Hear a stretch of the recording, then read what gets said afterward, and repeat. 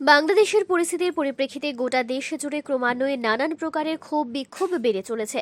একই রকমভাবে বাংলাদেশ ভিসা অফিসের সামনে আজ বিক্ষোভ প্রদর্শন করে সনাতনী হিন্দু সেনারা। একটা সময় এই বিক্ষোভের পরিপ্রেক্ষিতে গোটা ভিসা অফিস এলাকা উত্তপ্ত হয়ে ওঠে। যদিও পুলিশ প্রশাসনের তরফ থেকে বুদ্ধিমত্তার সাথে শুরু করে পরিস্থিতি নিয়ন্ত্রণ করা হয়। এদিকে এই বিক্ষোভ কর্মসূচি সম্পর্কে সনাতনী হিন্দু সেনাদের তরফ থেকে বাংলাদেশের যেভাবে ক্রমবর্ধমান গতিতে সনাতনী হিন্দুদের ওপর আক্রমণের বহর বেড়ে চলেছে তার পরিপ্রেক্ষিতে গভীর চিন্তা প্রকাশ করা হয়। পাশাপাশি অনতিবিলম্বে যাতে করে বাংলাদেশে হিন্দুদের ওপর ক্রমবর্ধমান এই আক্রমণের প্রবণতা বন্ধ হয় সেই বিষয়ে প্রয়োজনীয় ব্যবস্থা গ্রহণের দাবি ওঠে। বিশেষ করে ইসকনের পরিপ্রেক্ষিতে দাবি করা হয় যেভাবে প্রতিনিয়ত গোটা বাংলাদেশ জুড়ে সনাতনী হিন্দুদের ওপর আক্রমণ ঘটে চলেছে তা কোনোভাবেই মেনে নেওয়া যায় না। এই বিষয়ে সংশ্লিষ্ট সকলকে এগিয়ে আসার আহ্বান জানানো হয়।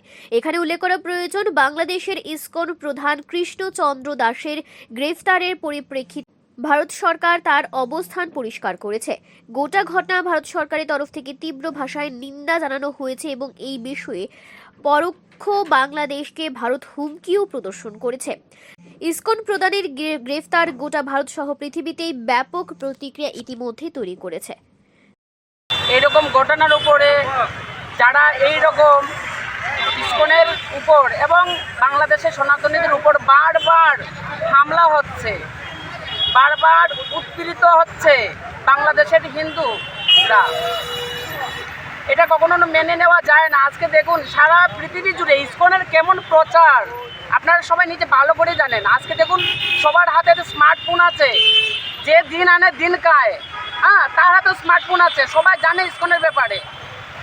বাংলাদেশে আপনার কিছুদিন আগে বন্যা হলো এবং বন্যায় আপনার প্রত্যেকে কোনো ভেদাভেদ নেই, প্রত্যেকেই খাবার বিলিয়ে দিচ্ছে ইসকন।